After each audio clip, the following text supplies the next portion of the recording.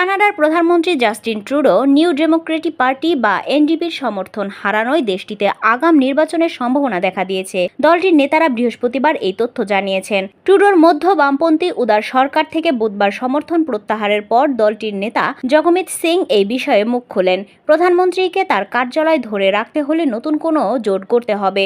দেশটিতে 2025 সালের অক্টোবরে পরবর্তী সাধারণ নির্বাচন অনুষ্ঠিত হওয়ার কথা ছিল।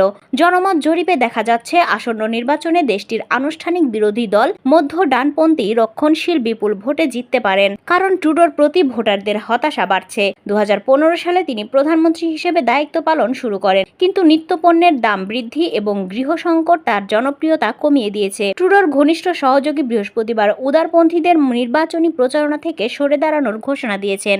এক্সে দেওয়া এক বার্তায় তিনি পরিবারের সঙ্গে আরও সময় কাটানোর ইচ্ছাও প্রকাশ করেছেন। কিন্তু টরন্টো স্টার উদারপন্থীদের এক সূত্রের বরাতে লিখেছেন, ব্রডহাস্ট মনে করছেন আগামী নির্বাচনে ট্রুডোর জয়ের সম্ভাবনা নেই। সিং জানিয়েছেন, এনডিপি 2022 সাল থেকে ট্রুডোকে সক্রিয়ভাবে সমর্থন দিয়ে যাওয়া থেকে সরে এসেছে, কেননা দলটি সামাজিক খাতে ব্যয় বৃদ্ধি সংক্রান্ত যে প্রত্যাশা নিয়ে তাকে সমর্থন জানিয়েছিল তার অনেকটাই পূরণ হয়ে গেছে। ভবিষ্যতে তিনি ট্রুডোর বিপরীতে রাজনীতিতে লড়বেন কিনা এমন প্রশ্নের সরাসরি কোনো জবাব দেননি জগমিত সিং, তবে বলেছেন তার দল এই বিষয়ে সিদ্ধান্ত নেবে। হাউস অব কমন্সের নির্বাচিত নিম্নকক্ষে এনডিপি চতুর্থ বৃহত্তম দল। জগমিত সিং এর জন্য আগামী মাসগুলো বেশ গুরুত্বপূর্ণ। তিনি যদি আস্থা ভোটে ট্রুডোকে আবারও সমর্থন দেন বা ভোট দেওয়া থেকে বিরত থাকেন, তাহলে তা তার দলের জন্য দুর্বলতা হিসেবে বিবেচিত হবে। আবার তিনি যদি ট্রুডোকে ক্ষমতা থেকে সরাতে তার বিরুদ্ধে ভোট দেন, তাহলে আগাম নির্বাচনেও তার দল সুবিধা করতে পারবে বলে মনে হচ্ছে না, কারণ দলটির প্রতি বর্তমান জনসমর্থন বেশ কম।